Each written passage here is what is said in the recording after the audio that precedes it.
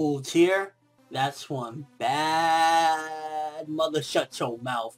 This episode of Fairy Tail, definitely a lot of ass-kicking action. You got dragons, you got those little mini dragon thingies fighting even the fodder. Overall, they did some good in-canon filler as well. Leaps and bounds better than the last week's episode, what was just all fan service. This week's episode, definitely, we got some progression. We learned a couple different things. We even learned a little bit more about Igneel. So this episode leaps and bounds above last week, and overall, it was just a very good episode. For starters, very smart thing of Natsu, Flame Dragon, what do? You're a Flame Dragon Slayer. Bam, start eating the motherfucker. And now, when he started saying, oh, whoa, you're reminding me of Igneel, I was thinking to myself, like, how is him biting you reminding you of Igneel? Like, did Igneel used to nibble on you back in the day?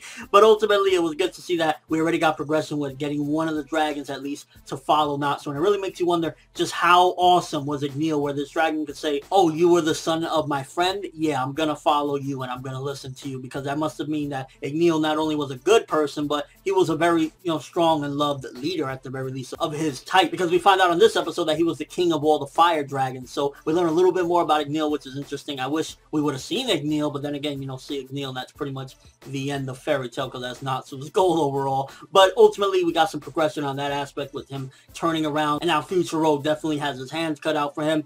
Seeing them clash was pretty epic, and overall, again, a lot of action in this episode. I like that it was just focusing more on progressing through the fight against this motherfucker, and I think Rogue is having one hell of a meltdown, because at the end of the day, anybody that has to come to grips with, I become the ultimate douchebag and try to fuck up the world, like, how does this happen? I mean, when he finds out in this episode that he will become Future Rogue ultimately and try to be the king of all dragons and the king of the world and shit, that fucked with his mind, and he's just there like broken and everything, and that's a really interesting reaction to see. I mean, ultimately, I would personally, if I was in that situation, I'd be shocked as fuck, but I would be like, I'm my own man. I control my own destiny. If I don't want to go down that route, I won't go down that route. So to see his reaction, I was kind of like, well, it's an interesting reaction. I personally would have gone about it a little bit differently. And I ain't gonna lie, Sting actually looked pretty fucking cool the way they did Dragon Force in this episode when he was going in. I was like, you're looking pretty cool. I wish they would have focused a little bit more of the in-canon filler on Sting and Cobra and those people fighting the dragons, instead of like having Evergreen and all of those people,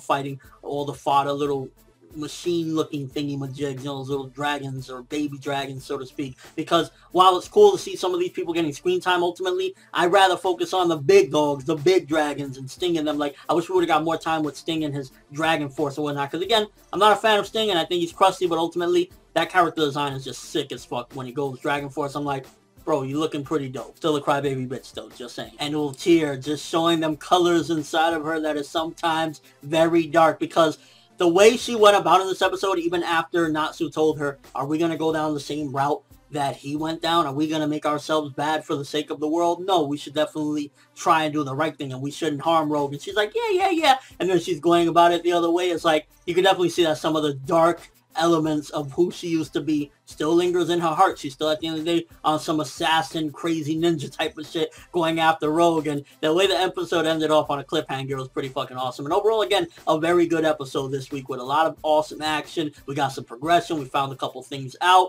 No fan service this week that is just like, oh shit, should you be watching dragons fighting or should you go fap? So I'm gonna give this one 8 out of 10. Getting the reaction from Rogue, learning about Future Rogue, got a little bit of progression there, which I was interested to see how he would take all of this, finding out that he becomes the ultimate dickwad, and then seeing Ultir's resolve that basically, no, at the end of the day, we got to do it. As dark as it is, I'm going to kill this motherfucker. Very dark shit. And just, a lot of the different action scenes going on. I feel the anime, while it's giving in-canon filler, it's serving a purpose of, one, of course, staying away from the manga, so that way we can have proper pacing, but also it's doing some interesting stuff, like getting to see Gray going in as well against some of the dragons, getting all the people that didn't really have any focus, really, in the actual manga as far as fighting or whatnot. It's giving them screen time, and that's really good. So yeah, 8 out of 10, very good episode this week. And yeah, I really enjoyed it. Let me know what you think. First of all, what do you think about Atlas Flame following Natsu, saying, I was friends with your father? Did they have like some little weird shit going on where they nibbled on each other so he could recognize him? And also your thoughts on Ultir's resolve that she's pretty much about to go in and kill